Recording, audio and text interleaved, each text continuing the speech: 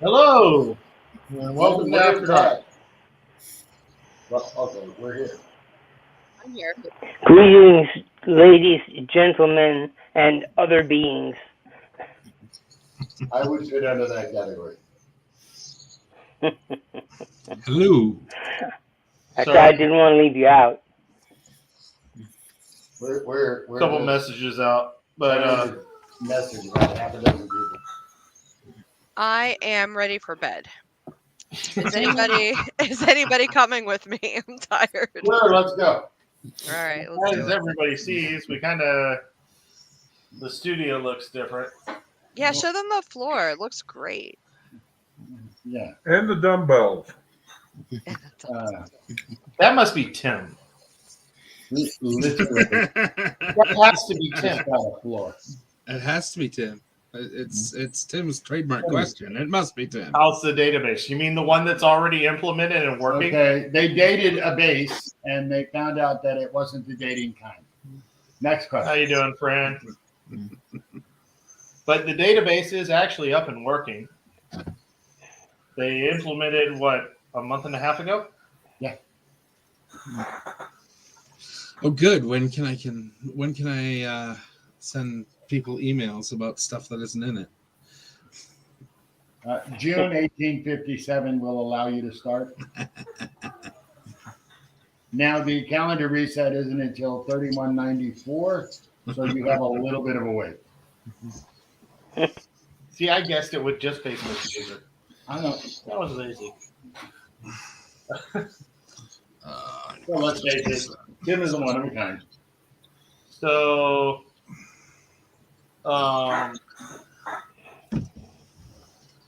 I've been watching Erin and her team develop two different projects for the VIC. Wait, I'm going to stop you right there. You are part of these teams. Yes, but Yes, but as the I after got it. dark part of it, we have been playing. I gotta say it out What- to get it started. And I gotta say there are a lot of very talented people working with this.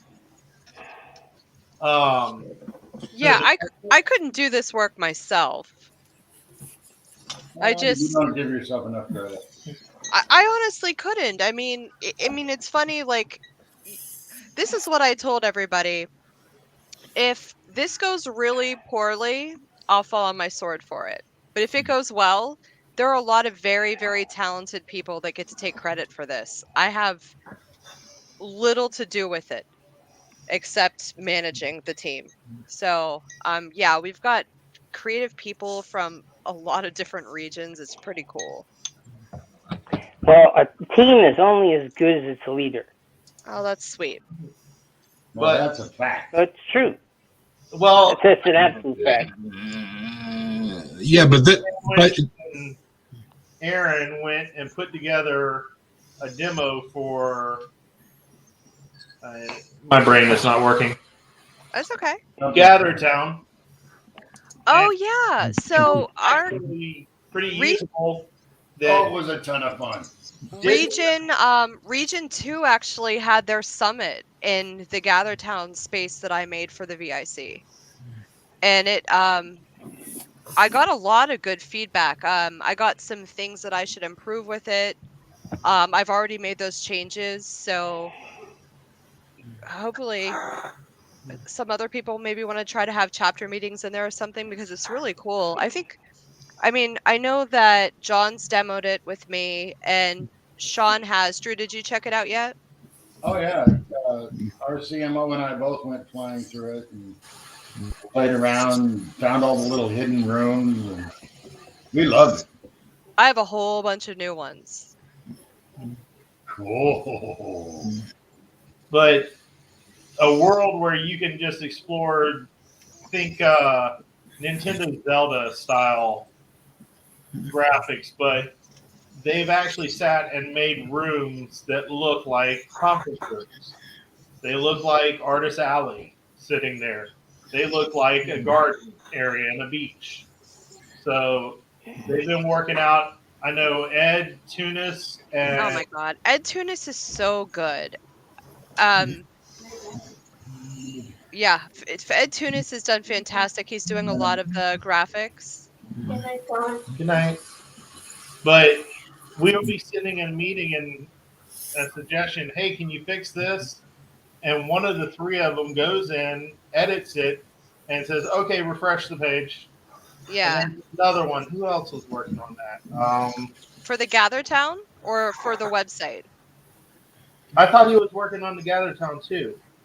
Yeah, so the Gather Town, it's either going to be me, Chris, or Ed Tunis. Okay, so the other guy, Jeff, is it? Or I can't do this card. He's working on the website. Yeah, that's Randy Midston. Randy. Not me. That website is really attractive. I mean, really attractive. And everybody will get to see it in, I would say a week, but I'm officially taking next week off so that I can make Chicken Sandwich the most unlucky man in the world. Yeah, you getting to get married. Yeah, so we're gonna take a week off. I think Jeffrey Tien's gonna be in charge though, and Jeffrey. Okay, everybody probably knows him, right? Jerry Tien. Yeah, no. Not me. Okay. Yep. I know he's been in the fleet for a really long time. I mean, I think like his membership is sponsored at this point. But anyway, he lives in California and is he here? Like, are you in chat, Jerry? Can you come up and say hi? He does as much work as I do. He's my counterpart. He can take over if I'm not there. So he's a really good asset. We owe a lot to him. He does a lot with me behind the scenes. So it's good to have somebody to work with his level of experience.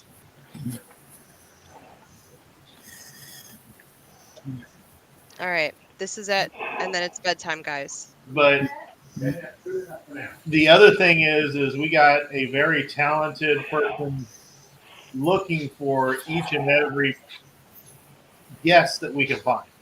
Yeah, she's also taking next week off. She's coming to the wedding. Every time you turn around, I've got this guest. I know. This person's going to be a recorded interview. I've been keeping the guest list tight-lipped. I'm not saying who it is. I'm just saying this is one of those things that there are at least 7 guests right now. Well, the cool thing about it too, oh my gosh, look at that kitten. Here is Ruby. I'm sorry, that's how you distract me. You just nothing shiny. The notorious RTC. I call her Ruby the cat. Even the really big name celebrities that we've reached out to that have responded, instead of them saying no thanks to Lynn, the lady who's getting all these people for us, they're saying, we'll send you a nice video message for you to air to everybody, all the Star Trek fans. So we're expecting some pretty cool messages from, really big TNG stars and stuff that they've committed to. So I'm excited about that. So even though they're not coming, they're still going to send us a little something. So it'll be cool. Hopefully it's not some stock product that they whip out, like a form letter to send to everyone. We're sorry, we can't come to your event. Here is our demo. No, they're like really nice personal messages back. Oh, and well, the that's ones cool. that aren't just doing a message are surprising. Every time I turn around, I'm like, oh, I actually want to hear that interview. But that's the flooring that got put in today. Jeffrey, look, we look like flooring. You're a plank. Can you just leave it? Better on the floor than in the air, I guess. Can you just leave it up? I kind of like they that. They paved you over. Off the plank. But I think part of the reason why Cindy and her husband were supposed to be on today is talking about the quartermaster. So if they don't come on today, check next week. We'll definitely try and get them on because I think part of that is so that they can get some of these patches out. But what else? I know that they're in the same time zone as Richard, so they might not think this starts until a little bit later. But I did message Cindy and Jared, so if they're around, they'll There come were in. supposed to be a couple of the EC besides myself that was supposed to be here tonight. I see they're not here, so. It's par for the course. Yep. Only the ones that need to be here or absolutely need to be here or don't give a care to be here are here. So, right, Jesse, in that case, you're from the EC. Tell us, what new rules can we make up and you can put in place? yeah, We're going to I make have up stuff. some new rules tonight for the fleet and see how they fly with Steve. Yeah, he's really smoking full of it. good at. Steve is on vacation. Is he? Well, actually, Steve is a very busy person nowadays. So. Yes. He's Loved always been a wide busy. and far. He's always been a busy person. I mean, guy works like 6 jobs. Yeah. Is it only 6? I thought it was 8. Oh, come on. No, I mean, no. that's a lot for a person, and then you get sleep deprived, and then you have these commitments, and I know like the SFI stuff. Just even for me on like a regional level, like I'll be working, like dealing with drama, and answering questions. So I think he's down to 5. And who likes drama? I think that's Not I. Once a month you get 3 days of sleep. I can handle it. It depends on the drama. Sometimes I just want to get popcorn. It's fine when it's not happening directly at you. Oh yeah. You don't want to get sucked up into it. Or spectator. Or you're the poor sap who has to pick up the pieces. No. Yeah. I sometimes wonder why they changed the election years ago. The term was CS from 2 years to 3 years because it burns out our CSs. Why, even if you're in for a year, it burns them out. Okay, so my uneducated opinion, based on what I've been told, is that it's supposed to be a medium because back in the old days, where when you have SCC numbers that start with 4 or less, it was actually 4 years, then it went to 2 years, and then 3 became the happy medium between the two. Because it was 3 years allowed you to do enough stuff to feel like you accomplished something if you were going to fix something. Whereas 2 years always felt like you were just exiting the election cycle. And then you were like, the next election was almost already happening, right? So that is what I've been told. So yes, Drew. Richard for CS. Oh God, please. No, not yet. Not yet, at least. Let me get some more stuff so I understand who half these people are. He's young enough. He doesn't have to worry about a massive coronary. Yeah, okay. It doesn't seem like a fun job. It never is. Yeah. None of that. The victim of everybody's bitch be a fun job. Yeah. I can do the job better. Everybody says, but doing the job. I definitely didn't say that. No, I know you don't, but there are a lot of people that I know that says, "Hey, I can do the job better," and then we say, well, why don't you run and get the job? Yeah. And you know, I will fully admit that I would never say I would never run for the position. Your name's I'm certainly not anxious to do it like immediately. We're going to start advertising for you on After Dark. Oh, that sounds. Well, yeah. Well, we all know that Tim would be terrible. So. Well, Tim will be VCS. Oh, I see. I see. A good matchup there. So I think we would. I think that the really hard part about the hardest thing for a CS is to deal with all of the backlash that you get from people. I mean, it just really seems like people hate the CS for no reason. Not a lot of people. There are just some, and it's a thankless job. You can only do so much. But like I said, and to his point, if people think they can do better, they should run. I mean, we should have a lot of options running at any given point anyway. Well, there is one important part of running, and I've seen it time and time again. You've got to love Starfleet. Yeah. I mean, it's to me, it's a family. I don't know if you see it that way, but I know, but I don't really like my family. Starfleet. Some people something better like than family.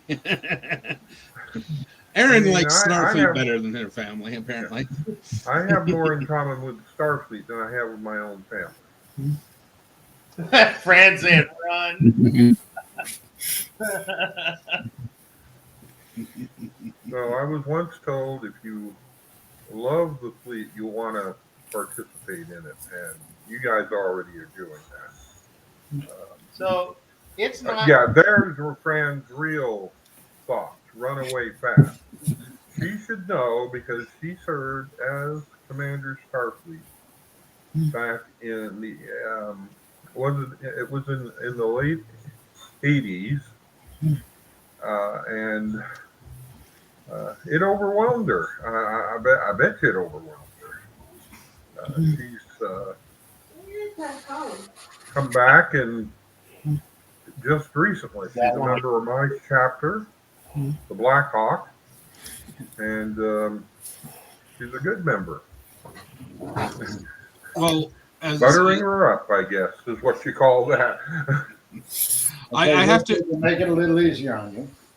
We'll make John and Vampire your chiefs of security. People have to talk to them before they talk to you. Well, that does solve that problem. I have to say though, as the brigade OIC, and basically the first thing they did after they said, "Oh, you've got the job. Hi, can you do all the awards for last year?" Oh. Well, actually, and I was like, and I got my notice, and it was like, yes, we understand that times have been tough because of COVID, but we still want every award filled. So please do your job. Yeah. I don't see the problem. You got a position, and then they said, "Okay, do the job." Well, no, that's not when what they I give meant. you a position and they say we want last year's, who was supposed to do it last year? I mean, technically, it is still the current year. Like, you know how that works when you do awards. Yeah. But yeah, you know, it was me being asked to do that. But I was being told that, like, despite the fact that I did a single event all of last year, like as a group, my ship did a single event, and I had to derive almost all the awards on merit from a single event, So other than volunteers. You got the golden ticket. So, it was just trying to do. Also, I didn't take notes because I didn't know I was going to have to do that. When you got the golden ticket. So I had to be the deputy OIC, and the way I did it was this: Aaron, will you be the deputy OIC? I said no. And then it was, well, will you at least think about it? And I said no. And it was like, I'll ask you again in a few days. A few days later, hey, did you think about it? And I said, yes, I thought about it. I'm not interested. Do it for me as a favor. Fine. I had no interest whatsoever. But luckily it was short-lived and I didn't have to do anything. Yeah. They just need you as a placeholder? No, I think it was a hope that, I mean, it was the same thing with every other position that I have. I didn't ask for any of them. It's like, hey, will you do it? And I'm like, all right, I'll help out. And then I do the work and then it sticks. Mm-hmm. To me, there's two real camps. There's the camps that want to progress and change things, and then there's camps that never want to get out of the Stone Age. They still want to give you directions to their house with turn left at the elm tree that's got the broken limb. So, unfortunately, turning left at the elm tree with a broken limb, because that elm tree is no longer there, doesn't work anymore. I agree with you. I feel like I wish that there were more young people. You know, people in their early 20s or something. And that's hard to come by, to get that. And I know that they're watching Star Trek, but it's hard to get them engaged and interested. So that's kind of what I look to do, but I can only attract other middle-aged people, it seems. Definitely challenging. I mean, I just came off a weekend of doing, a 4-day con where that was definitely something that was discussed, and it was certainly a heck of a lot easier to get people interested in the age demographic of me and Aaron. Not to disservice the rest of you, but that's what I dealt with. I dealt with people in their late 30s, early 40s. I'm only 35, remember? Yes, exactly. Okay. So you're mid 30s to about 45. That was sort of what we dealt with. So I got handcuffs older than you, kid. Yeah, well, that's fine. I have guns older than you. Oh, well, if you're a collector, that's great. I use these. No. I have a funny feeling you're not 75. But and it's just something that I mean, as a chapter we're trying to work with, but it's sort of like you need to snag that first one to help you get the second one, kind of thing, right? And while we do have a younger gentleman who has joined us recently, in fact, joined us in September, he has big sideburns and looks older. I think the real way to find the younger crowd is to try and focus on the big cosplay events and actually make something different than just the basic uniform. I have some really great stuff that's being put together. They're just little workshops that are going to be available during the VIC. And a lot of them are that we have so far. We're going to have like a lot of little different ones. But one of the ones that we just conceptualized is something for fairly new chapters, how to create an effective booth. And somebody's who's really a really good recruiter. I mean, I think their chapter, it's only 3 years old. They have like 94 members. Every time there's a convention, they're bringing in like 20 people. But they're going to set up a booth and do a little demonstration on that. We have people that are going to show how to attach prosthetics when doing your cosplay makeup. So there's going to be some cool stuff that we're hoping, people will watch, that they can learn these different techniques to make them better in the con scene, which isn't something I know much about at all. So it'll be cool to get that expertise in there. Is that something you guys would watch? Oh, sure. I would. Would you? Okay, cool. And if you guys think of any ideas on, I think it would be cool to watch a little something about this, let me know, because I can make that happen. Okay. I mean, I know that I met some people who had some excellent cosplay and has excellent prosthetics. I'm actually asking somebody from your region, Richard, if they'll do a short talk on different ways that you can try to recruit that are not in person, online, creative ways. I think you know who I'm talking about. So their use of TikTok, Twitter, Yeah, now I know Reddit. who you mean. Yeah. Because you said TikTok, and I'm like, Yeah. I only know 2 people who Yeah. are on TikTok. TikTok's, I'm the other one. Yeah, Who's TikTok's the new one. So I'm gonna have him put a little something together, which will be pretty cool. Except I'll cap his time. He was present, and I did let him. We did let him speak for a little bit, but we made sure that he had a very limited time. I'm good friends with him, and I could listen to him talk all day. But if you don't give him a time limit, he'll have as much material as you want. So I'm aware.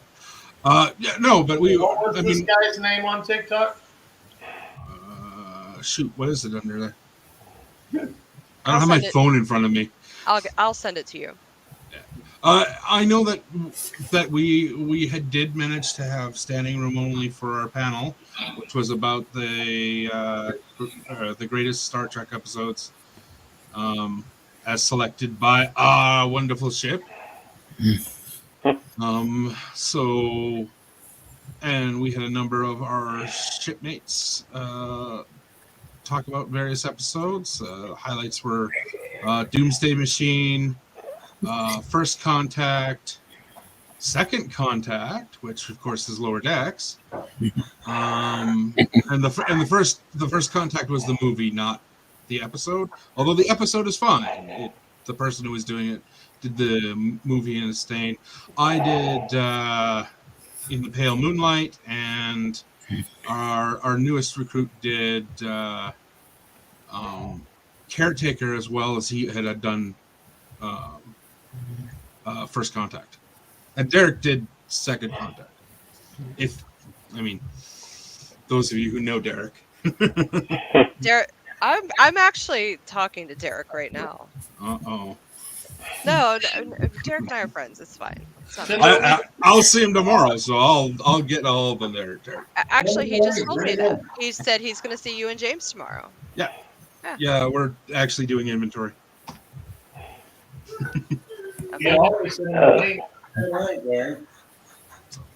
But yeah, no, I mean, no, it was nice to have standing room only. So, I mean, hopefully that'll mean. I mean, we did seem to get a lot more notice this time than last. So I do appreciate that. We'll just see how many actual paid members we'll get out of it. John, what time is it there? 4:33. Are you tired? No. Okay. Oh, are you coming to my wedding, John? She's got the invite, didn't I? The virtual wedding? Yeah. Okay. I sent you the link already? No, not yet. No. Oh, I'll send you right now so I don't forget. I think Tamara's gonna post it, but it's kind of cool that we can do it this way. Like, we can just send our friends that live far away and can't travel for it. We could just send them a link. They can watch it. They can watch Chris become the most unlucky man in the whole world.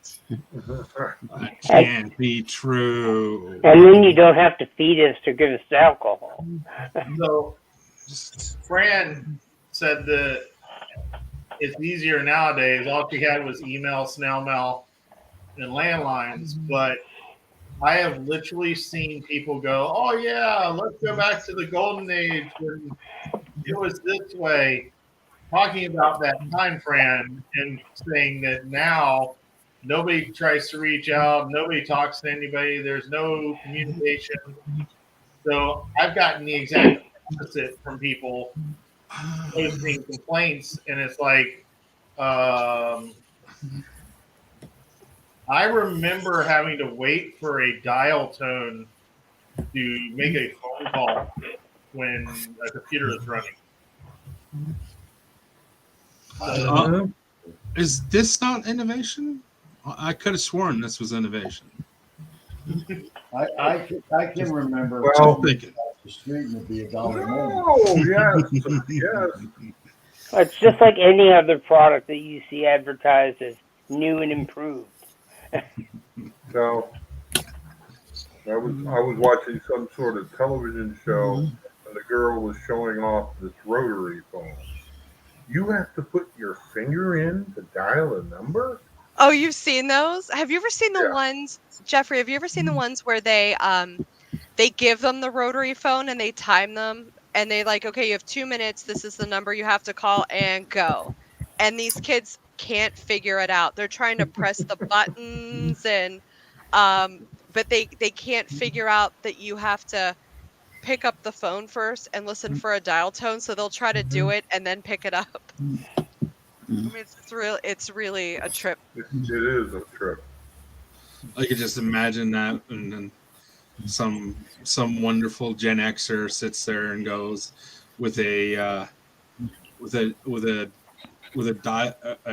pulse tone device and goes, picks it up, just uses the pulse tone device. That would really mess with their heads because they're like, "What are you doing?" I'm like, "I'm dialing." Well, there are some kids out there now that don't even understand how to dial a telephone number. They just pick up the phone and say, "Hey Siri, call mom." That's me. That's me now. That's how I live. That's how I live my life now. I gotta tell you though, like my 7-year-old doesn't know how to do like a lot of things that I could probably do when I was her age, but she can like program stuff, and like they're doing things with robots at school, and I mean which is amazing, and I couldn't do that at that age. It wasn't offered. But then, they're learning to tie their shoes a little bit later than they did when we were kids. Well, So, yeah. And now, cursive, which I know. I was taught when I was in 3rd grade. Nobody teaches it. I was writing this mass email out the other day, and I typed it out real quick, and then I sent it to my fiance so he could, because it was from both of us, so that he could proof it and then add anything I may have forgotten. And he was telling me about it today before he sent it out, and he said, "You do this really cute thing that I still do sometimes too." And I was like, "What's that?" And he's like, "You put 2 spaces after a period." Yep. I do that. Yeah, I do that too. It's not necessary. It's like from that, but that's how I learned how to type. So of course I do it. It's muscle memory. Yep. Aaron.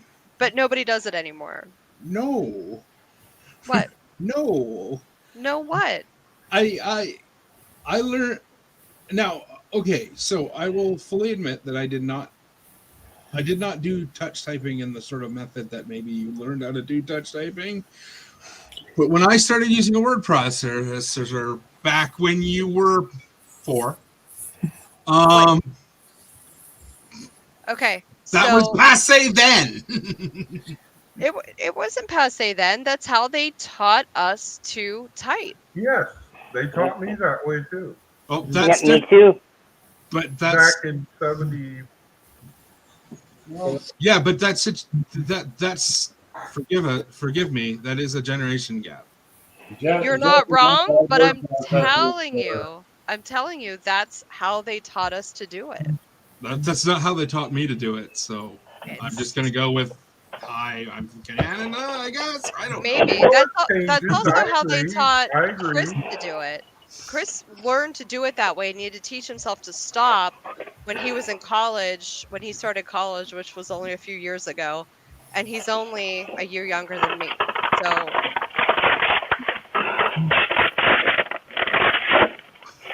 yeah, of course, I also learned on a manual typewriter. We didn't even have keyboarding. well, that's right. why they did it because when you were on a typewriter, you had to have more of a space. Well, the space was so you could take the white paper in and put it in between the numbers when you hit the thing to erase. Yeah. Oh. No. Yeah, I mean, you know, my grandmother used a typewriter all her life, and she was quite fast at it. So I think my mom had one like in a closet somewhere when I was a kid that I assumed was hers at some point. I've got my dad's manual, or at least my dad says it's his manual. I think it's actually my grandmother's, but he says it's his, and I'm like, fine, whichever. It's a manual typewriter. That's all that matters. Heck, I don't know where I'd get ink for it. Worked on the first manual typewriter? I think you have to make it. Tipping at Winter Haven Hospital at the executive office. I did secretarial work and had to correct legal documents for a hospital. Ooh, that must on a typewriter? Yes. Okay. So does anybody have a typewriter? I don't remember what they look like. I'd like to see one.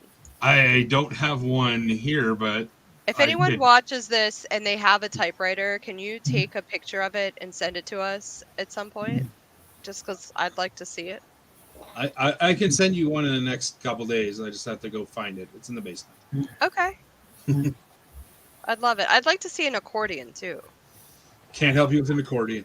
People that can help you with an accordion. Out of storage, but not me. I have my stepdad's accordion. Can you play it? No. Well, you need to learn. You need to learn to do like the German yodeling, where they are surprisingly complex. I know, and play the accordion because there is nothing else in this world that brings me more joy. So the squeeze box, there's different style accordions. Dad had the giant one that had the piano keys over here and 55 buttons over here. And it was like, I played like... That's the one that the guy at the Hofbrauhaus plays. I played like Twinkle Twinkle Little Star was all I could play back in the day. Now, no. But you'll pick it up. Just practice. Yeah, no. I'd like you to do it for the VIC. No. Well, wish in one hand, two in the other. I want you to learn this original Star Trek theme on the accordion. God, I don't if even know. You send me a trombone, I would do it. You play trombone?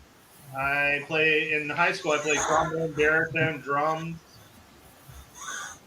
You have a musical background. I think you could pick the accordion back up. Well, hey, if we're going to go with this, we'll just get an entire oompa band. I'll get a tuba, and we're off the race. Do you play anything? I'm more likely to get in a bagpipes than an accordion. Those get annoying after like a couple minutes. That's heresy, Aaron. I know. I like them at first, and then I'm just like, this gotta. Oh wait, is my Canadian showing?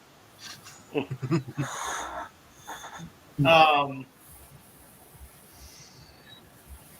one person I follow on TikTok was playing Metallica on her bagpipes. Oh, that's cool. And actually got recognized by Metallica. I think I know who you mean. Allie? Yeah, I follow her too. But I really like the bagpipes along with the electric violin. It makes an awesome combination. All right, I'm going to finish this and go to sleep, guys. All right. Fair enough. Before I leave, Anybody have any VIC questions? A no answer I'm okay with. No, I don't have anything right at the moment. Okay. We're going to have to make a post to get a 10 to 15 question AMA for it. Let's talk about that really quick before I take off. You want to do a 10 to 15 question like AMA about the VIC? Basically, whatever anybody asks on the post, that way we get from the fleet 10 to 15 questions, and then from the team have 4 or 5 people together and as a team be able to answer what's going on with it. Okay. I think we'll have Chris answer the website questions and not Randy. Because Randy has so much information. He's like Jeremy. He'll just talk to you. But if you listen to him, you can make the website afterwards. That's the funny thing. You listen to Randy while he has these 2 adorable dogs. They just bark in the background. Well, the nice thing, Fran, the VIC is a free to sign up. Can somebody send Fran the Eventbrite? I'll actually send it in the. I'll send it in the After Dark chat, and then you can put it in there. Okay. Oh, so one of the VIC staff members from your region, Andrew Reese, just had a baby, which is pretty cool. Nice. That's nice. I know. I'm really excited. I just found out. Congratulations.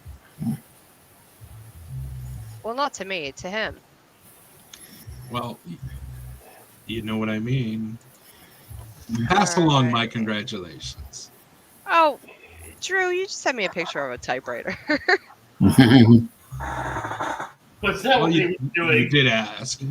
All right, so this is, I just said an After Dark chat. This is the Eventbrite to sign up for the VIC. So if you can post that in there so Fran has it, it's pretty simple. And then Fran, if you sign up for it there, we'll be able to send you updates and stuff. It's pretty convenient. Anyway, I'm going to go. I got to go to bed. It was nice seeing all of you. Good to see you too. I'm especially glad to see that you're looking pretty well, John. I'm glad you're doing better. Thank you. Andrew, you too. Although I've talked to you a little bit since, but I'm glad you're doing well too. Take care, guys. Bye. Bye. Sleep well. I sent it through private message to you, Fran, but I'm going to be making a banner link for it for later. Yeah, I've tried to put it in on the YouTube platform, which is where she's at, and it won't let me. So, yeah. Well, I sent it to her Facebook. Okay. Messenger, so I know for a fact that she got it because I think I sent her how to correct the Facebook link thing the other day.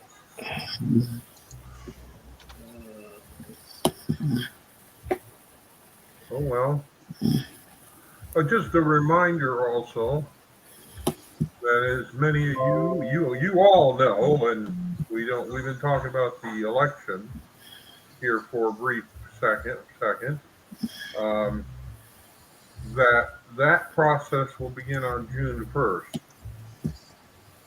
And that we just received word earlier today that anyone who is a member before August 1st is eligible to vote. So, and the voting doesn't start till September 1st, if I'm right. So, just those of you that are thinking about running, need to hold off announcing it until June 1st. They've been very strict in the past about people who announce early. Now, that doesn't mean you can't talk about it or anything like that. Right, Fran? And good night, Fran. And I think Fran was saying good night to Aaron. okay. Good night, Aaron, wherever you are.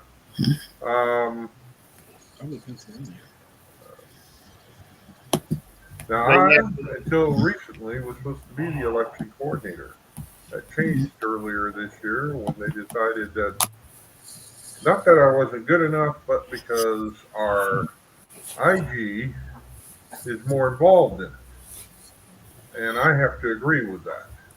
So I am not going to be taking care of that. I'm not overseeing that. Don't ask me questions. I don't know.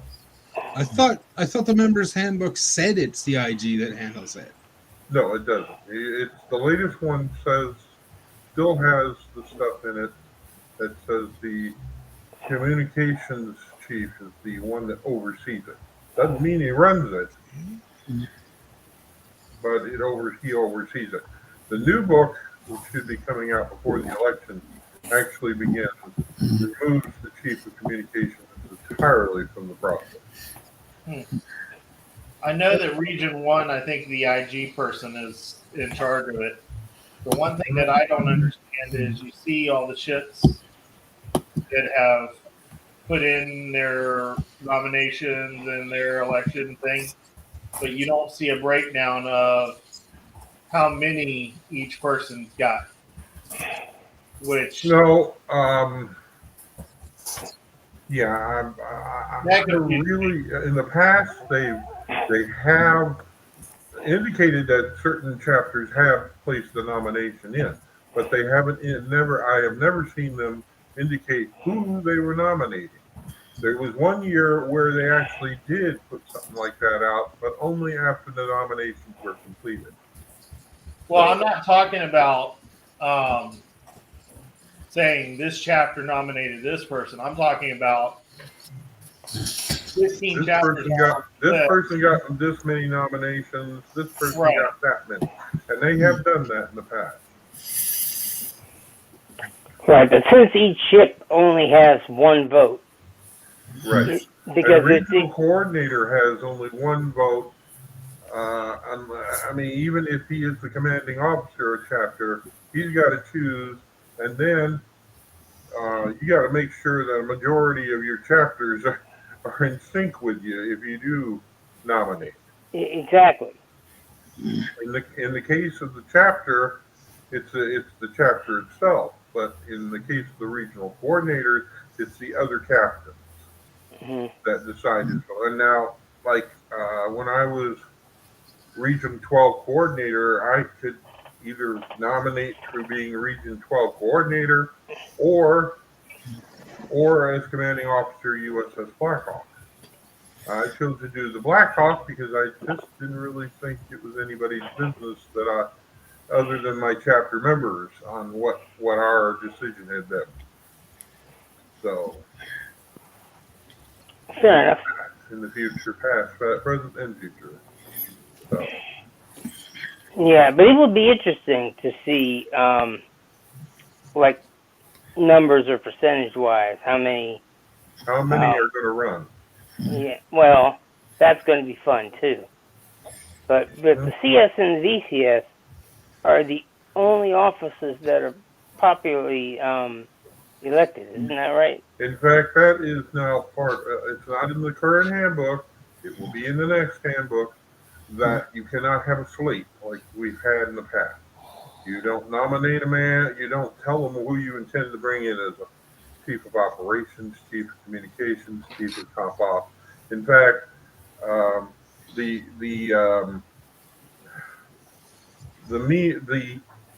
reason why they do that is you may have someone that's real good at a position, and it might be to your advantage to keep them around.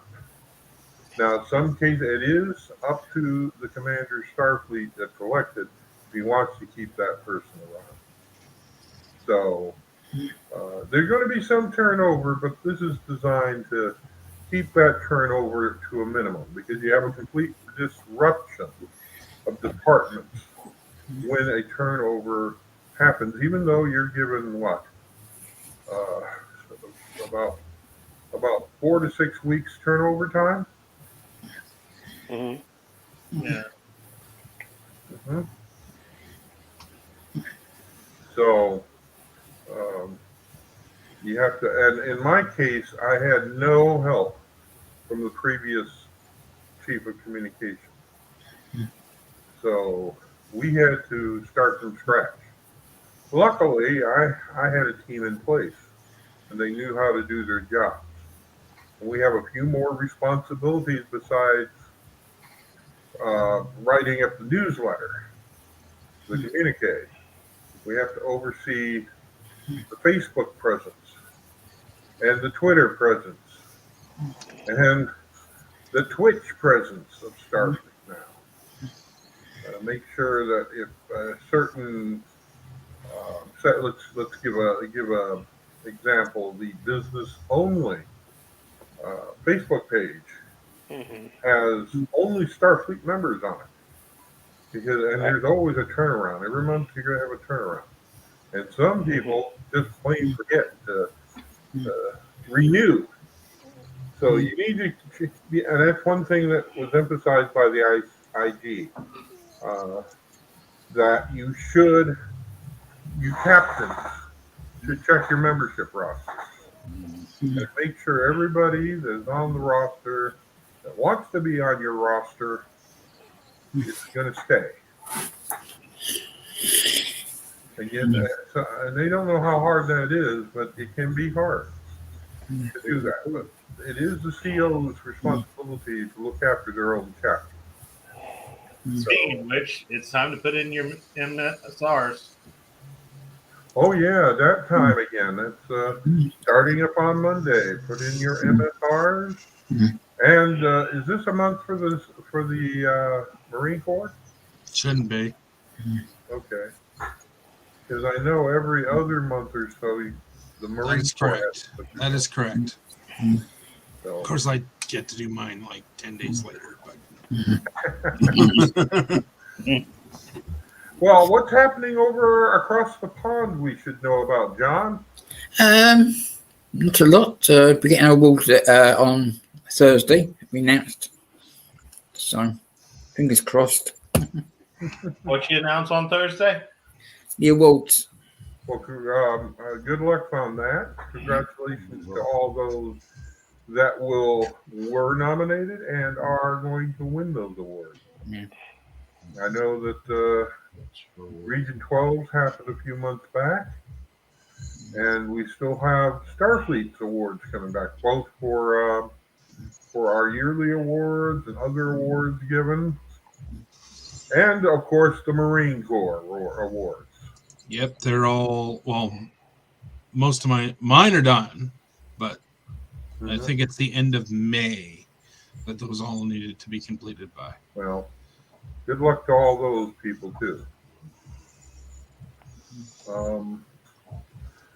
But I also have to commend our, this coming from my heart, the video people like Drew and Sean there. I had the opportunity to do a short, brief stint overseeing a broadcast for their club a few months back. And then I get a call saying my wife needs to see me. So they said, you go. And I appreciated that. Yes. So I hope that I can contribute a little bit more to that in the future. We have some thoughts and work. Such things. Thank you very much for that, guys. And I also want to commend Ed Tunis. You guys have talked about Ed Tunis a lot tonight. Starfleet owes him a great deal for the efforts he's put down over the years. Yes. Not just for our Marine Corps, but our communications department for the short time he was on that, and past that, he still contributes to the fleet through his efforts in videos and other things. So I thought I'd better say that from the bottom of my heart to her, and also Kimberly. You know that name. Used to be a producer of this very show, I think, but she's been a very important part. Her main show was AMA. Yeah. Oh, hers was AMA. Okay. Yeah, but she contributed. Hard worker. She was on the show a couple times. So.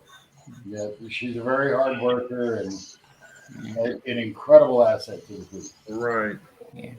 Right. And we got to meet her, 2 months ago? 2 or 3 months ago. She came down on vacation. We went out to meet her and her husband.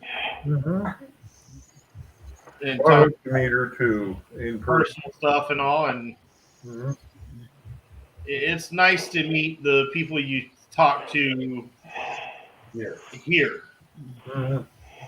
Because, we got a person 4,000 miles away from us across water. It's kind of hard to meet up, but we got people that are a lot closer than that. Yeah. And I need to wish a happy birthday to Teresa Bristow, one of our former commanders, Starfleet. She will be. Teresa. I won't. She'll be celebrating her 39th birthday on tomorrow. Her 39th birthday again. So. Yeah. So happy birthday, Teresa. So, 39. 39 going on, I think. That'd be telling. Like her, I think it's her 23rd or 24th anniversary of her 39th.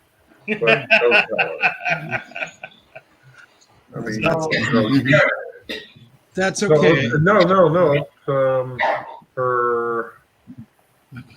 No, not that. It's about her 14th anniversary, to tell you the truth. So, happy birthday. Yeah. I guess I assume everybody is 29 and then just not go over that. Yeah, I said 39, didn't I? Well, my birthday's this week, so. Happy birthday when it comes around, Jeff. Thank you. May the 4th be with you. That's hilarious. That is the day. That's my birthday. So. But Chris, as a matter of fact, my son's Chris' birthday is also on Saturday. He'll be 43 going on 14.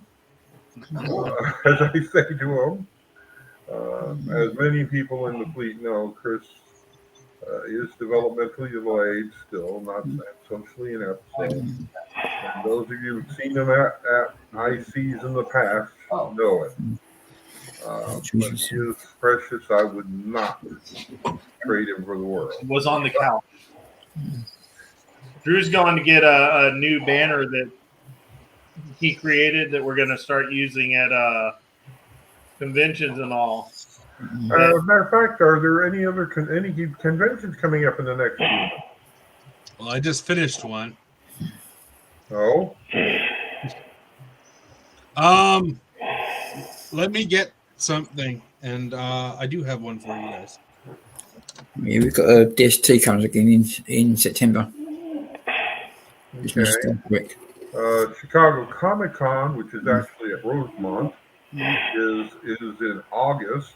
Or from what I remember, it's in August. They just did the big Comic Con was at McCormick Place in Chicago that everybody's been talking about. So that William Shatner and a few others were at. We're going June 11th to join the Andromeda at Southwest Florida Space Con. Let me ask a question. No, I think it's West Palm Beach.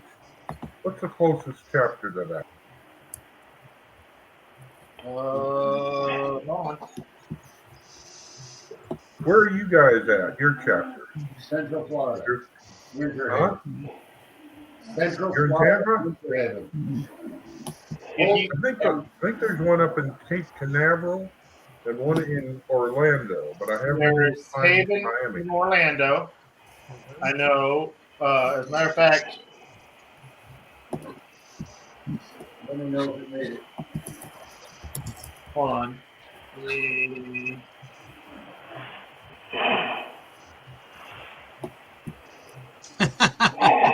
Oh, they dropped out. Oh no. Oh, we're so busted. Are you putting that banner up in front of it? Sorry, guys. There you are. There you are. Accident. Absolutely. Oh, let's do that. Back up to here, Drew. Go ahead. So right. I'm looking That at is a the neat thing. The banner. So these are going to be cut in two and folded, but we have our symbol, the Havens, the Amelia Earhart, which is a local club, Winter Haven. Their members were here tonight. The Andromeda, and every club that joins us, what our plan is to add their thing. So if they're at one of the conventions with us, this will go with us to show each club that we've talked to in the local area. We put a QR code to SFI. I don't know if you can see it, but so you can scan this with your camera phone, and it takes you right to the SFI's website. So I had a young man who didn't give his full name. West Palm Beach. He sent me a request asking me if there was any chapters in the West Palm Beach area. And I said, no, there isn't. But the nearest one's to West Palm Beach, and I gave him the two that I told you about, the one in Orlando and the one in Cape Canaveral. Which one's the Cape Canaveral? Do you know? I'm pulling up the chapter list for two. I always messes up the first time. Okay. Blue Ridge.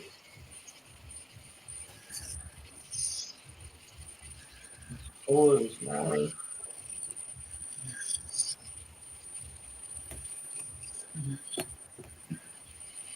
Merritt Island, right? I think the Merritt Island one. Let me pull that up.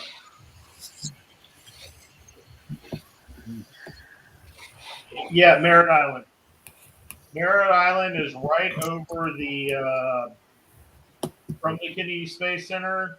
You literally go over the causeway and you're in Merritt Island. Merritt Island Club. It's that's USS Guardian. Okay, that sounds familiar. And I see it. Not research here. I also gave the names of the captains and stuff, but I don't know if I got to them. So. Haven is the Orlando chapter. That's one that's closer. Unfortunately, it would be nice if there was a way to show it. Brandon's on the other coast, Merritt Island, St. John's. That is. You said West Palm Beach? Yeah. No, St. John's is in Jacksonville. Never mind. That's too far.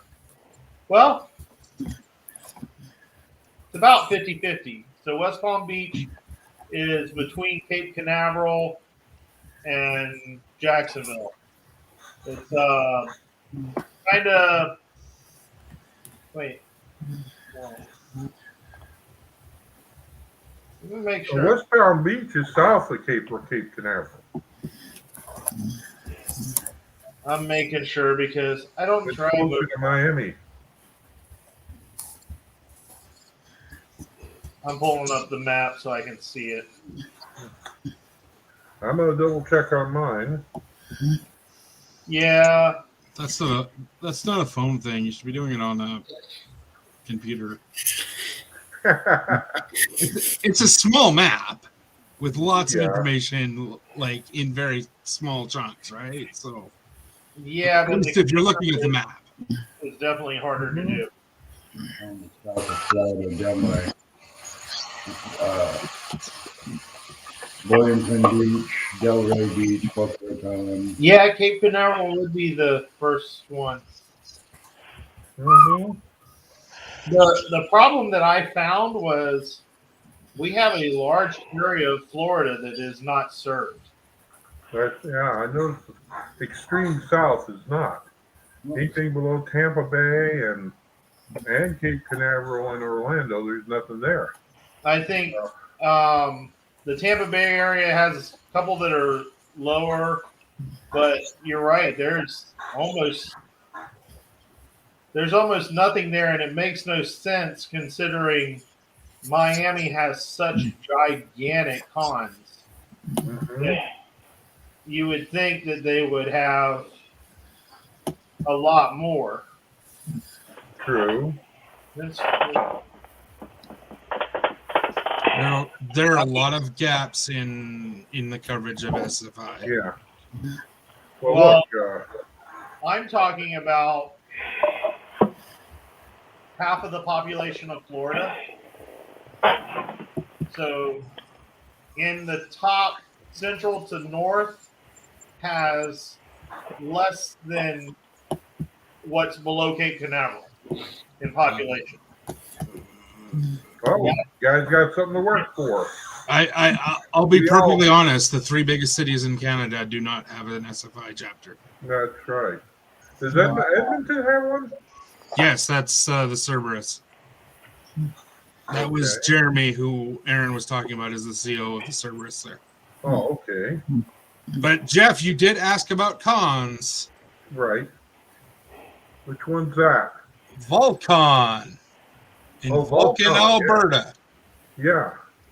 In Vulcan, Alberta. And we've got John there from Enterprise. And then we have Chris Doolin coming, who's done a lot of voice work and was on Star Trek Continues. And he made a brief cameo on Star Trek The Motion Picture. He was also involved with the Star Trek Continues crowd. But anyways, they're coming to Vulcan, and that's the 10th to the 12th. Mm-hmm. Of which month? Of June. Okay, June. Okay. No, John Harrington. Yeah, my friend Eric has threatened to come and get me and head for Vulcan. It's a great place. I mean, obviously, it's easy for me to get to. It's an hour away. I've had lots of fun there, including, because there's usually an after party that's really elaborate. I would love to go to Riverside and their celebrations. And then we also got our patches came in today. Oh, excellent. For the US Nook, so those will have to go out soon. I'll have to pull up the list and figure out who gets what. Yeah. But yeah, that'll be our thing, and then in September we'll have Edmonton.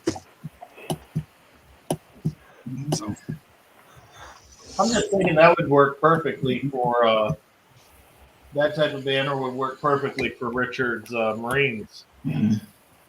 Because you can take in each ship or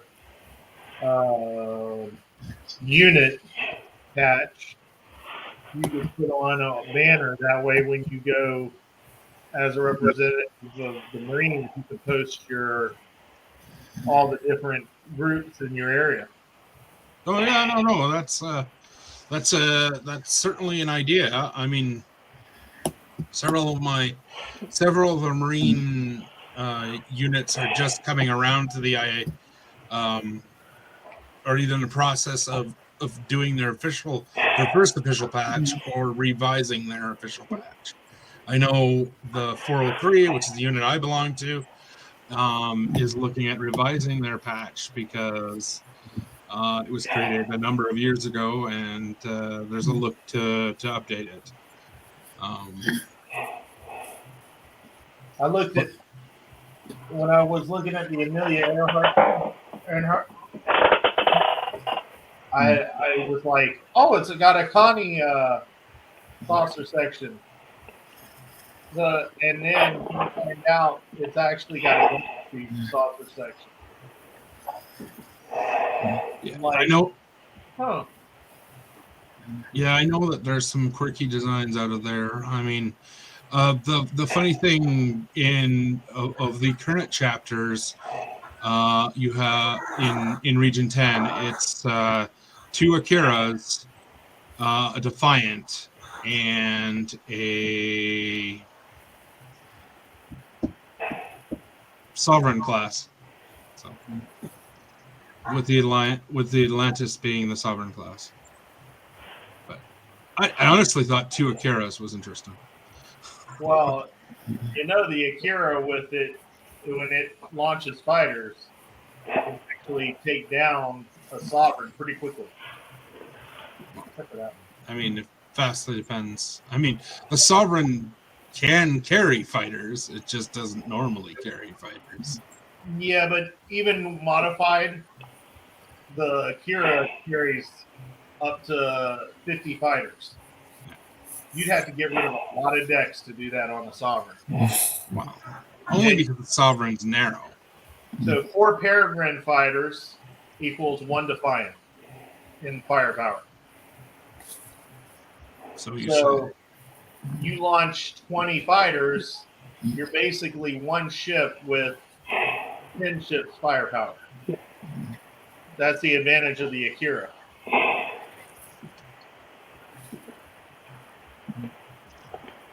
I am not going to debate that because there's no metric to do it realistically. Well, it's been done already. World War II, the death of the battleship.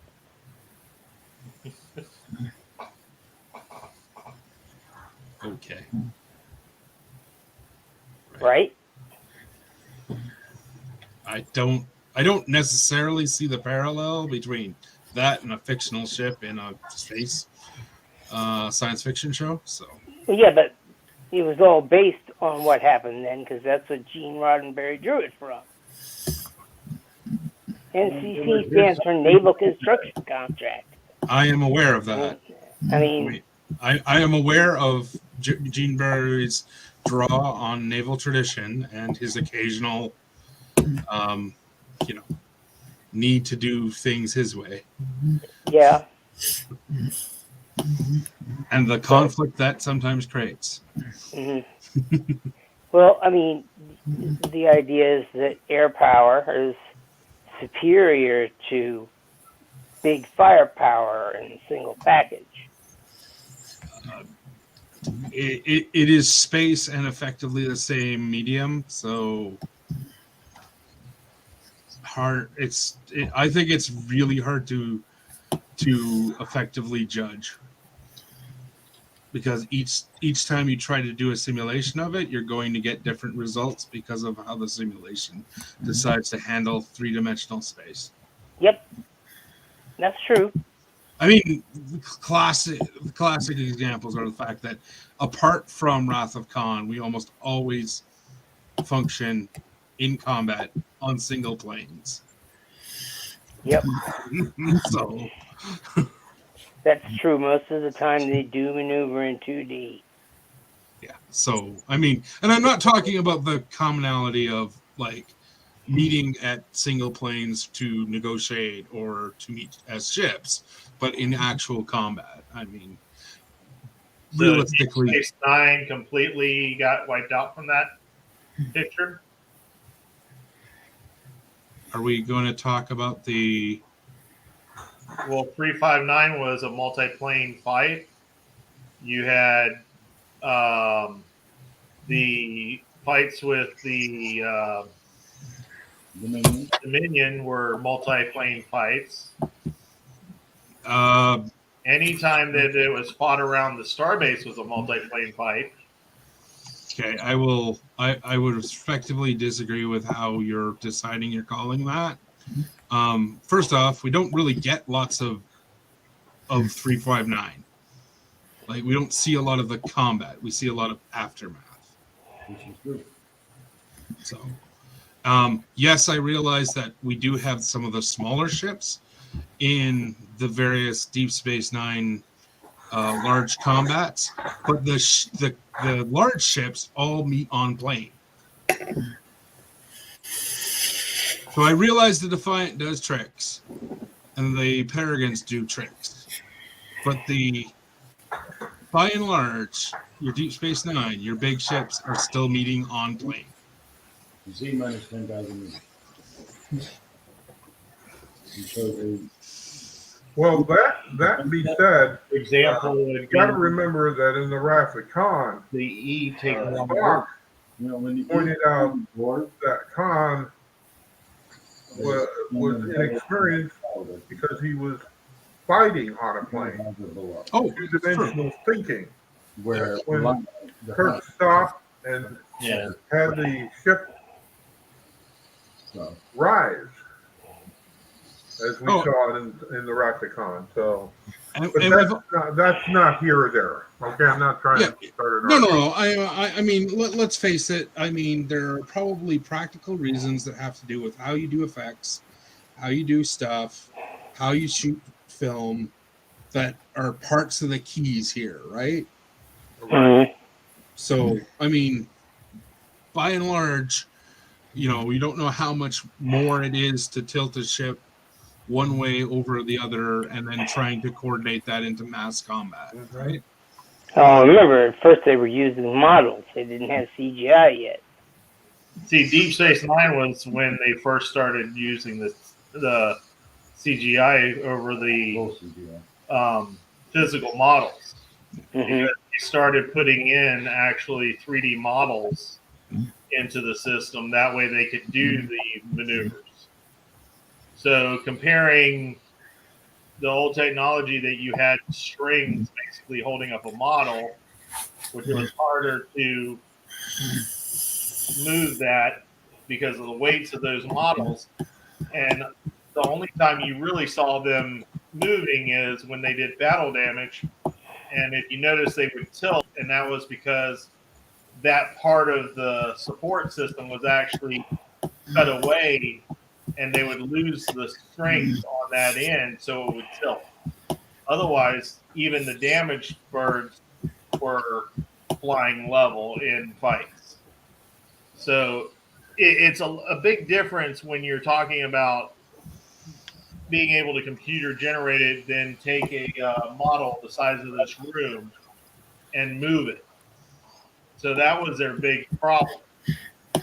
Even if you think about Star Wars, most of their stuff was pretty much you're flying into a goalie and staying straight, you're fighting, or you're flying at each other. So they were always on plane in that. And until episode 1, 2, and 3 came out. Well, they changed a lot with their advance. Well, the models in Star Wars were static. They moved the camera around them.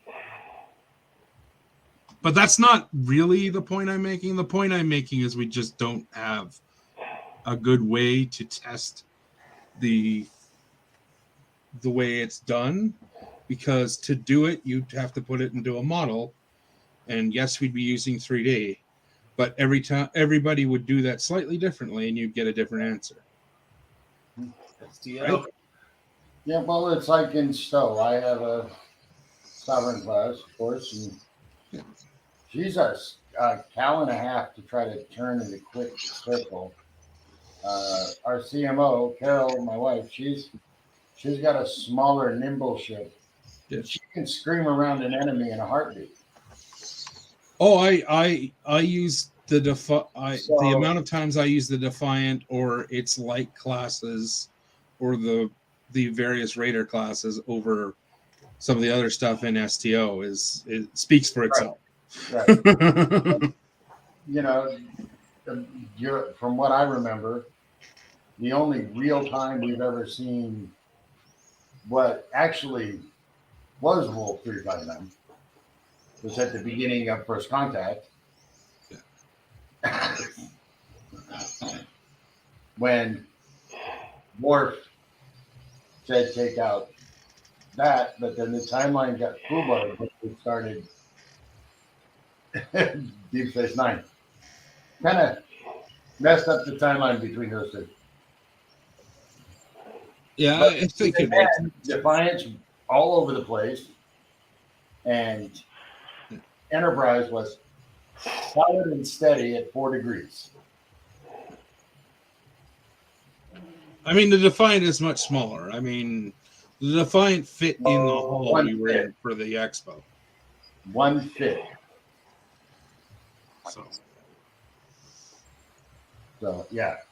I mean, we worked it out one time that like the hall that they do the autographs and that in here in Calgary for the convention can fit a Defiant. It's tight. Don't get me wrong. It's tight. How big is that hall? I don't know. It's a couple football fields. Holy cow! It's not as big as the Toronto one, which I think is 4. A couple football fields. Big place. Well, you know, when you talk about size, look at the. I know I'm going to butcher this name. The Duramax Warbird. If you come in at the right angle, you can take a Galaxy class starship and fly her up between the two portions. Oh, it's one of the biggest ships. I know that thing's huge. Yeah, no, there are times where it's like, excuse me, you guys didn't do the shot right because the Enterprise is too big. It's about the size of the current Enterprise or aircraft carrier, right? It's the same length, right? Yep. The E is about the size of the current Enterprise aircraft carrier, right? Okay. There's a double size. There was one ship. I think it was the original. The original Constitution that Kirk commanded was roughly the size of the starship of the aircraft carrier Enterprise. The nuclear one. And when you talk about the shuttlecraft, or not the runabout size, but the basic shuttlecraft, they're about 32 meters or less, depending on which one you're talking about. And we have fighter craft nowadays that are bigger than them. So when I was younger, I thought that the Enterprise, the old Enterprise, was so much bigger. And then to go, oh, it's not much bigger than the aircraft carrier. To say that's a big thing. But yeah, the Defiant, 50 meters long, 34 meters wide, and 45 meters tall.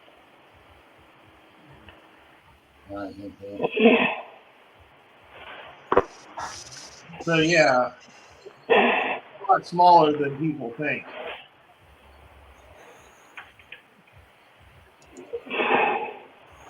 So a Sovereign class could take you aboard. Yeah, and the E actually had the Aquarius, which was the same size as the Defiant, only its nacelles would spread out. That was the Costulo, not the Aquarius. You're talking about the captain's yacht. No, the Aquarius is on the F. Yeah, but that's an STO. Oh, on the F. Okay, that's a different ship entirely. Don't know it. That was the one that was designed by the STO players.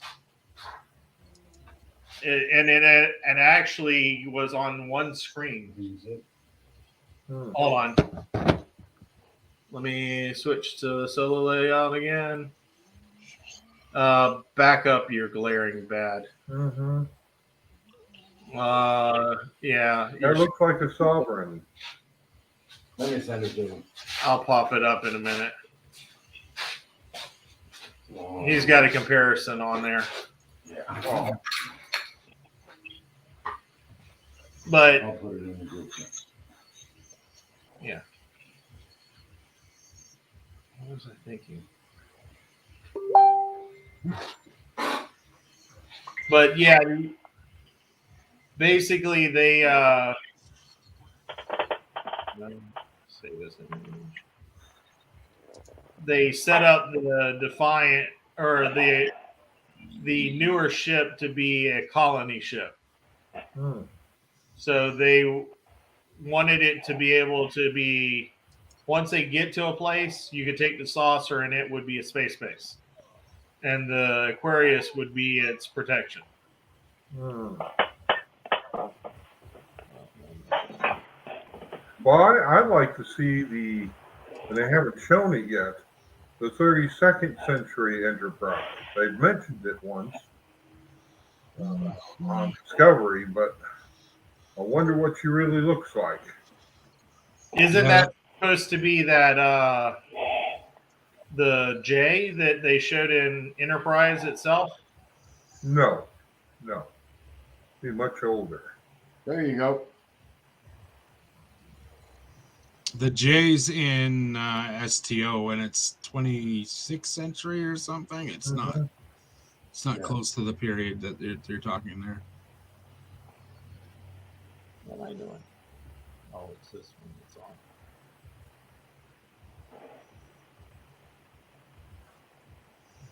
There's the comparison. Basically 5 long to compare to the E. And the Akira is basically the same size as the Sovereign minus the nacelles. Only wider. Okay. Well, to give context that may not be useful to the American viewers, because I'm not converting this, because there's no quick way to convert this. But the standard Romulan ship we see a lot of is 1,401 meters in length, has a beam of 772 meters, and a height of 285 meters. Okay, it's a small planetoid. It's over a mile long. It's a big ship. It's a big ship. It's a small planetoid. It's basically, do you want to do your mile PT? Just run that way. You get a weekly PT doing one run around the ship. It's true. No wonder those bastards are so angry. You go to the engine room, but it's Monday. I can't be there till Tuesday. Not scheduled till Thursday morning. You better get running. I mentioned this at least once this week. Forget warp drive. I want you to work on site-to-site transporter ASAP. Because this driving thing has got to go.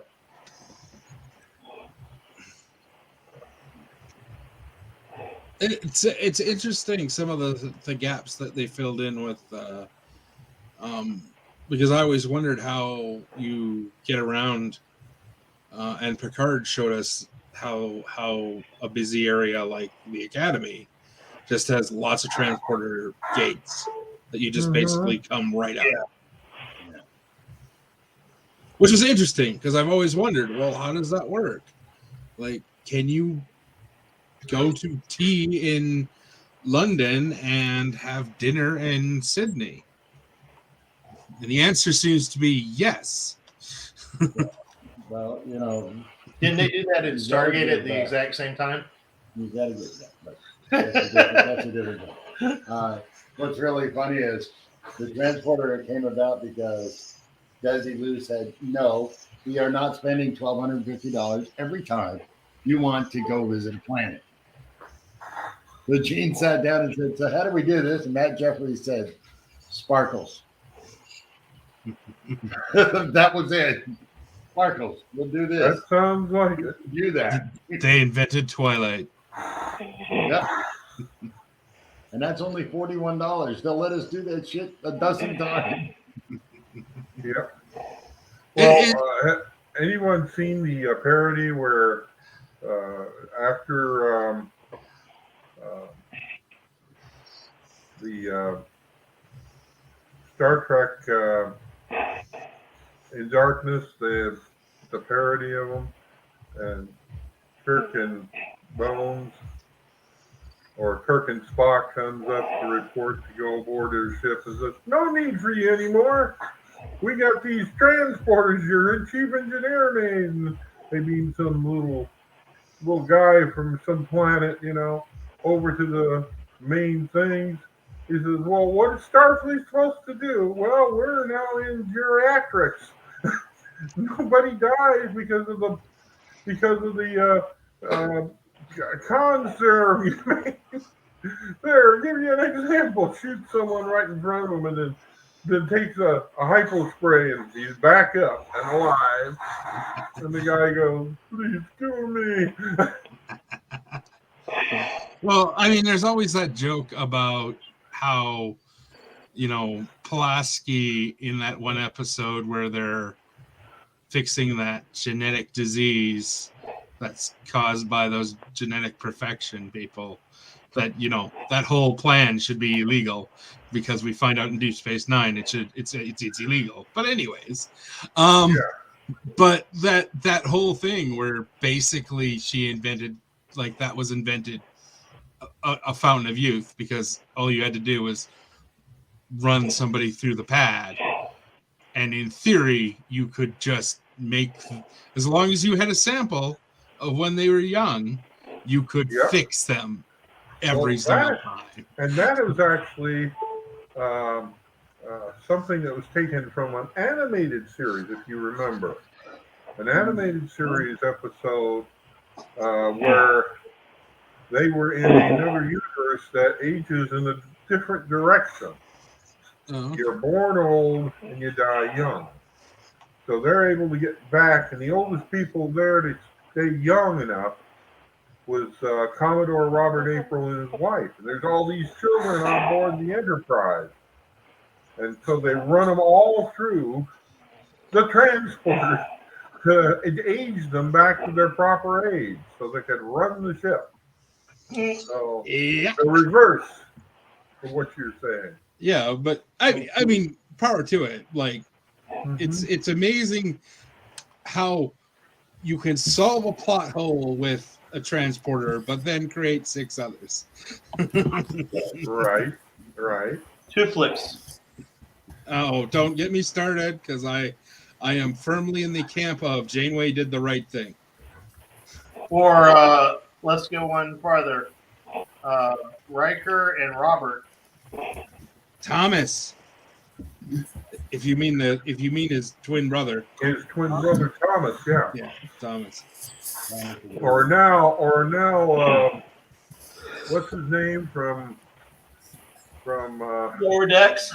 Oh, yeah. Yeah, from Lower Decks, and his brother. I'm going to call myself William. It's fair. Those of us that touch the parodies over the years, nothing against evolution.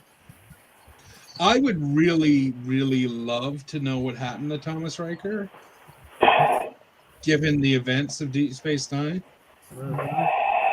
Wasn't he arrested? Yes, but there's a really good chance he got captured from his facility. Released, or even liberated. Yeah, I mean, vastly depends on how you want to look at what exactly went on. I mean, I'm always somewhat unclear, because I haven't watched the episode in a long time, who gets to incarcerate him. Because I got news for you. I would be sitting there and going, "Hi, we're fighting the Dominion now. Do you want out? Because here's the deal I've got for you then." And on the quartermaster, we'll find out what happened and get them on the next. By the way, that animated episode was the counterclock, isn't it? Thanks, John. Well done, John. Hardy. Any regional series, just ask me. You're more awake than I am. Yeah, I have to admit though, it would have been. I can't imagine that during the Dominion War, the Federation wasn't giving group amnesty to marquee Starfleet officers and just going and just cutting them deals and being like, "Would you like your commission back? Here's the deal for your commission back." Because in the end, they're kind of right. So, kind of deal. Because the loss. Right. Can't hear you, Richard. Can't hear you. Nope. How's it going, Richard? Nope. You've lost your voice. Your mic's going. I didn't do it. I'll tell you, the only thing I don't like about what they did, they told me it'd take about 3 weeks to clear out my lungs. Oh. You're still having trouble with that? Yeah. How long ago has it been? Well, it was last Monday that I had the surgery. Oh. On my heart. It'll take 3 weeks to clear out my lungs from 2 hours on. So, did you have a stent put in or what? Oh, no, they had to kill some nerves. Oh. I had 4 nerves misfiring and they were causing my pulse to 380. Richard, you back with us? So you did the ablation? Oh yeah, 3 of them. One right after the other. It was only supposed to take. They said at first that he was perfectly correct, it would take 2 hours and ended up taking 4.5.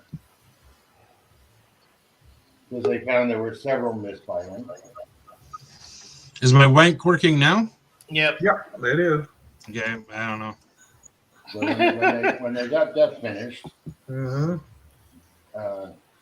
they had to hit me twice to kick it on again. So. Okay. I was wondering what you were talking about earlier. I still have a weightlifting restriction of nothing heavier than a pound, and as John so lovingly informed me, well, at least I got a pint going, I'm good. I asked him if he follows that restriction. Generally not. I'm a United States Marine. We don't believe in restrictions. Well, you're going to have to start. I'm sorry. However, the communications officer for the ship, his wife, and Mike's wife from the Earnhardt all threatened to kick him in the ass. And Mike, and him, and my daughter. No, I tried. I'd be worried about your daughter.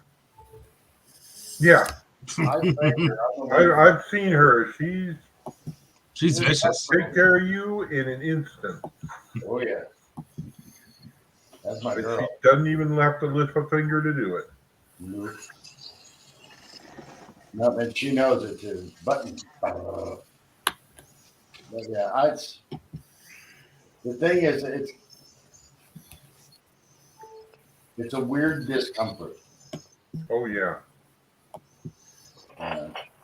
I can only guess. It if they only did one, they said it would be different. They ended up doing 3, and it's far more than different. So. Well, I hope you mend well, Drew.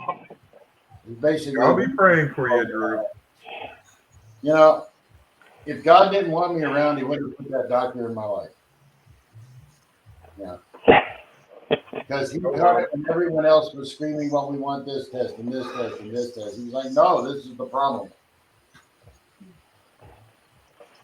The insurance company, on the other hand, said, yeah, do all these tests.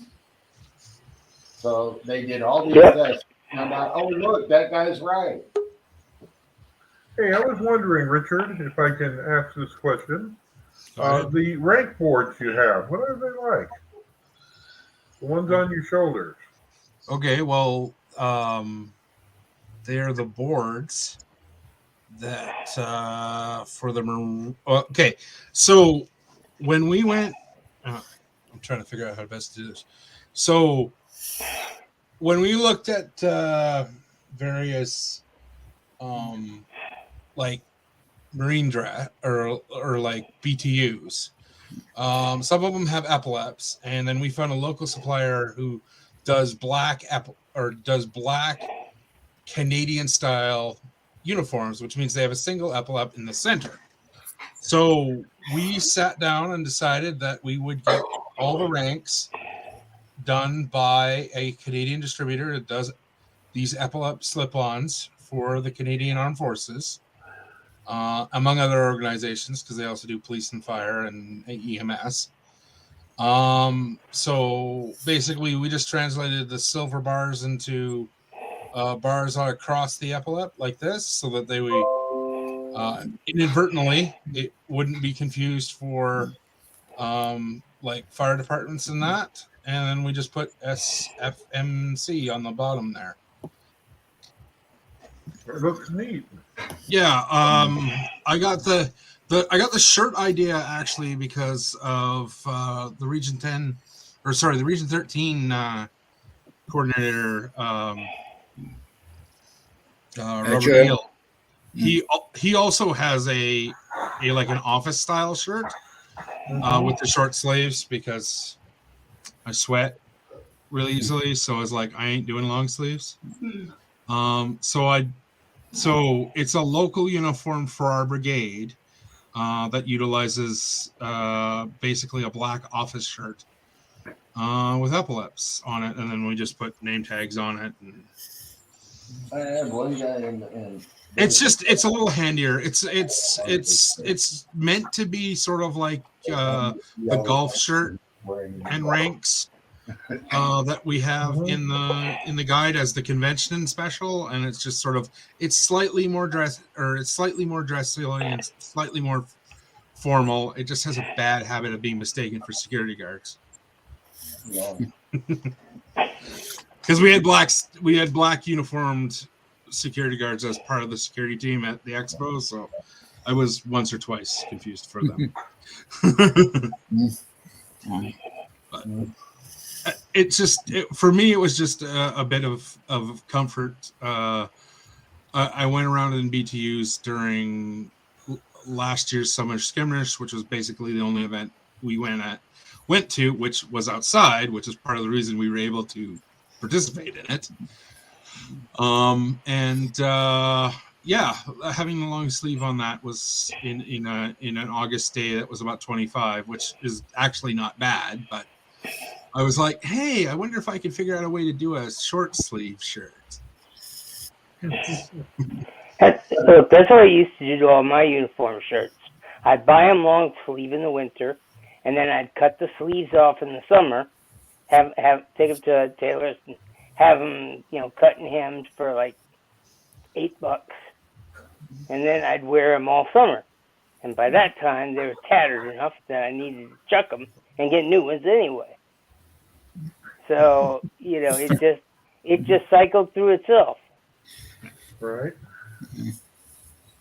Yeah. No, I wore this 2 of 4 days for the convention. Mm-hmm. So, and this is Velcro, so they just come off. Right. So I can change them whenever I want. So, and then we put a maple leaf on the name because we're extra that way, and we always like to show that we're Canadian. Yeah. I've got to step away for a few minutes. I think we're gonna. All right. But it's been an hour 45 minutes, and I'm ready to drop it. That does seem reasonable. Yeah, I got some pressure going on. I pushed it a little bit today. No. Oh, hell yeah. All right, ladies and gentlemen that's in chat. It was real. It was fun. It was real fun. Live long and prosper. Live long and prosper.